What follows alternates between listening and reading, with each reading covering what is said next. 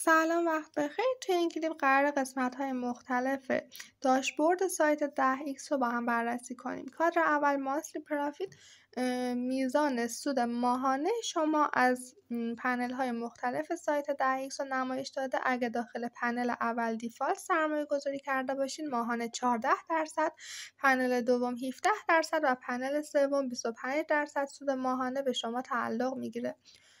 کادر بعدی ریفرال پرافیت نوشته که اگه شما با لینک زیر مجموعه گیری خودتون ریفرال بگیرید، بابت اون زیر مجموعه ماهانه توی پنل اول 10% به شما سود تعلق میگیره، پنل دوم 15% و پنل سوم 20% سود ماهانه بابت اون ریفرال به شما تعلق میگیره.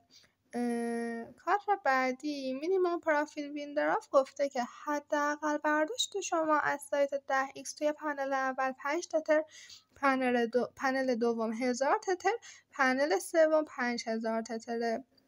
و کادر بعدی گفته که شما اگه بخواین کل سرمایه‌تون رو از سایت 10X خارج کنید، سرمایه اصلیتون رو برداشت کنید، 20% از سرمایه‌تون توی پنل اول به عنوان کارمزد کسب میشه، پنل دوم 25% و پنل سوم 30% بابت کارمزد از سرمایه شما کسب میشه و شما میتونید سرمایه‌تون رو از 10X خارج کنید.